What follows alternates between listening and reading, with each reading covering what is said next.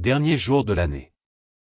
Le dernier soleil de 2025 se couche, emportant avec lui dans l'ombre les 12 mois qui ont composé le tissu de notre vie, avec ses motifs de joie, ses déchirures de peine, ses zones d'ombre et de lumière. L'atmosphère est particulière, chargée à la fois de nostalgie et d'anticipation. C'est le moment traditionnel du bilan, où l'on fait les comptes, où l'on égrène les souvenirs. Mais aujourd'hui, dans cette prière, nous voulons délibérément tourner notre regard non pas seulement vers ce qui s'achève, mais surtout vers ce qui commence. Prenons un long moment, un temps qui s'étire à la mesure de ce passage, pour prier avec une espérance active et confiante pour les nouveaux départs que Dieu, dans sa générosité infinie, nous offre encore et toujours. Prions pour les graines de vie nouvelles qu'il tient dans sa main et qu'il désire semer dans le terreau de notre cœur, de nos relations, de nos vocations. Car notre Dieu n'est pas le Dieu du statu quo, mais le Dieu du mouvement, de la croissance, de la transformation. Pour fonder cette espérance sur la parole même de Dieu, écoutons deux affirmations qui résonnent comme un écho puissant à travers les Écritures. La première nous vient du livre de l'Apocalypse, au chapitre 21, verset 5. L'apôtre Jean, en vision, entend une voix majestueuse venant du ciel. Celui qui était assis sur le trône dit, « Voici, je fais toutes choses nouvelles. » Ce n'est pas une simple promesse pour un avenir lointain, c'est une déclaration de la nature même de Dieu, une proclamation de son activité permanente. Celui qui siège sur le trône de l'univers, le souverain de l'histoire, annonce, « Je fais ». C'est une action présente, continue, créatrice. Toutes choses nouvelles. Pas seulement quelques réparations cosmétiques, pas seulement un rafraîchissement. Une nouveauté radicale, totale, qui touche à l'essence même de la création. Cette même dynamique est annoncée par Jésus lui-même, qui est l'agent de cette nouveauté. En lui, la promesse prend chair. Il est celui qui rend toutes choses nouvelles.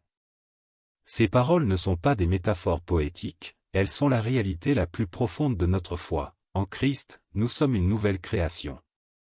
Cette perspective divine bouleverse notre compréhension humaine de la fin d'année. Oui, la fin d'année est souvent, et naturellement, le temps des bilans. Nous pesons le pour et le contre, les succès et les échecs, les progrès et les reculs. C'est une démarche utile, à condition de ne pas s'y enfermer. Car avec Dieu, chaque fin est toujours, inévitablement, le temps d'un commencement. Son regard sur nous n'est pas un regard rétrospectif figé qui ne verrait que ce que nous avons été, avec nos fautes et nos limites. C'est un regard tourné vers l'avant, un regard d'espérance créatrice qui voit, bien au-delà de nos échecs présents, ce que nous pouvons devenir par sa grâce. Il contemple en nous non pas la statue achevée et imparfaite, mais le bloc de marbre plein de potentialités, et son ciseau est toujours à l'œuvre. Dieu est le spécialiste incontesté des nouvelles créations. Il a créé le monde à partir du chaos. Il a fait d'Abraham, vieillard stérile, le père d'une multitude.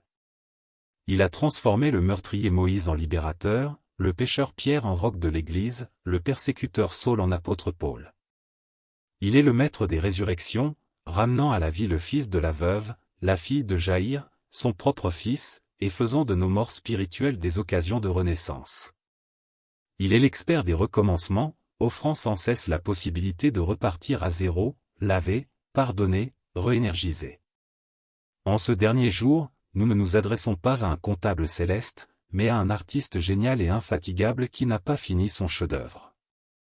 C'est avec cette confiance en son pouvoir transformateur que nous nous tournons vers lui. Prions avec des mots qui viennent du fond de notre désir le plus vrai, en laissant chaque requête pénétrer notre être. Père des commencements, source de toute vie nouvelle, Dieu qui a dit, que la lumière soit, au commencement du temps, et qui redit sans cesse cette parole sur les ténèbres de nos vies, nous voici devant toi à cette heure de clôture. L'année 2025, avec son histoire unique, son poids de jours vécus, ses choix irrévocables, s'apprête à devenir à son tour un chapitre dans le livre de notre existence. Nous nous tenons sur le seuil, un pied encore dans le connu, l'autre déjà levé pour franchir la porte de l'inconnu. En ce moment de passage, je te confesse une chose, Père, je ne veux pas rester prisonnier du passé. Le passé a son poids, son attrait parfois mélancolique, ses chaînes aussi. Il peut m'enchaîner de plusieurs façons. Il peut m'enchaîner par le regret, si je reste à ruminer mes erreurs, mes occasions manquées, mes paroles blessantes en me disant « si seulement j'avais ». Il peut m'enchaîner par la nostalgie, si je m'attarde dans le souvenir d'un bonheur révolu au point de ne plus voir les possibilités du présent. Il peut m'enchaîner par l'amertume, si je laisse les blessures infligées par d'autres définir mon présent et conditionner mon avenir. Il peut m'enchaîner par l'habitude, si je me contente de répéter demain ce que j'ai fait hier, par simple inertie, par peur du changement. Je ne veux pas de ces chaînes. Je ne veux pas que l'année qui vient soit une simple copie de celle qui s'achève, avec les mêmes schémas, les mêmes faiblesses, les mêmes limites. Je veux être libre. Libre pour accueillir. C'est pourquoi je crie vers toi, je veux accueillir la nouveauté que tu offres. Je veux ouvrir grand les bras de mon âme à ce cadeau de commencement que tu tiens prêt pour moi. Je sais que ta nouveauté n'est pas nécessairement un changement extérieur spectaculaire, un nouveau travail, un nouveau lieu, une nouvelle relation. Ta nouveauté la plus profonde est intérieure. C'est une nouvelle façon de voir, une nouvelle façon d'aimer, une nouvelle façon d'être au monde. Elle commence dans le secret du cœur. Alors, je dis oui. Oui à ton travail en moi. Oui à ton esprit qui veut m'enseigner, me façonner, me guérir. Mon cœur est une porte, et aujourd'hui, je la déverrouille et je l'ouvre toute grande pour toi. Sur la base de ce « oui », je formule la requête la plus audacieuse, la plus centrale de cette prière de fin d'année, fais de moi une nouvelle création. C'est le désir le plus profond de mon âme. Ne me rafistole pas simplement. Ne me contente pas d'un petit coup de peinture sur les parties abîmées. Fais du neuf. De l'entièrement neuf. Comme tu as pris la poussière du sol pour en faire Adam, prends ce que je suis aujourd'hui avec mon histoire, mes blessures, mes talents, mes péchés et recrée-moi. Souffle en moi un souffle de vie nouvelle, le souffle de ton Esprit Saint. Que l'homme ou la femme ancien, marqué par le péché, l'égoïsme, la peur, la tiédeur, soit laissé derrière, comme une vieille défroque, et que je puisse me lever, au premier jour de la nouvelle année, avec une identité renouvelée en Christ.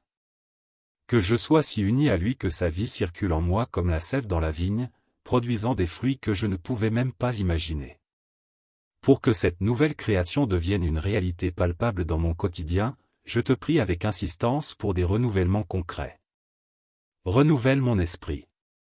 Que cette partie de moi qui pense, qui raisonne, qui interprète le monde, soit transformée. Délivre-moi des pensées automatiques de jugement, de critique, de pessimisme. Délivre-moi des schémas mentaux qui m'enferment dans l'anxiété ou le découragement. Donne-moi, selon ta promesse, l'intelligence de Christ.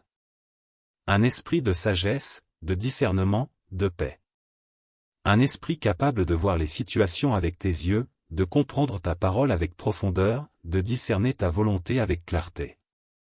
Que mes pensées deviennent progressivement des pensées d'amour, de gratitude, de vérité et de beauté. Renouvelle mon cœur. C'est le centre, le siège de mes affections, de mes désirs, de mes émotions. Mon cœur peut être fatigué, cicatrisé, durci par les déceptions, ou simplement tiède. Fais-en un cœur neuf pour aimer. Un cœur capable d'aimer comme toi tu aimes, avec patience, avec bienveillance, sans calcul, sans condition. Un cœur qui aime ses proches d'un amour renouvelé, plus attentif, plus serviable. Un cœur qui s'ouvre à l'étranger, au pauvre, à celui qui est différent.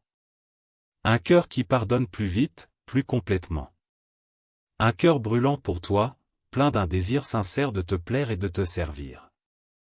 Déglace mon cœur s'il est froid, réchauffe-le au feu de ton esprit. Renouvelle mes forces. La fatigue n'est pas seulement physique, elle est souvent spirituelle et émotionnelle. L'année écoulée a peut-être usé mes ressources intérieures. Je me sens parfois à plat, sans élan, sans motivation pour les choses essentielles. Donne-moi des forces neuves pour servir. Pas pour courir après l'activisme, mais pour accomplir avec joie et persévérance les tâches que tu me confies, petites ou grandes. Donne-moi la force de la volonté pour résister à la tentation, pour tenir mes engagements, pour persévérer dans la prière même quand elle est sèche. Donne-moi la force du caractère pour rester fidèle à tes valeurs dans un monde qui les bafoue souvent.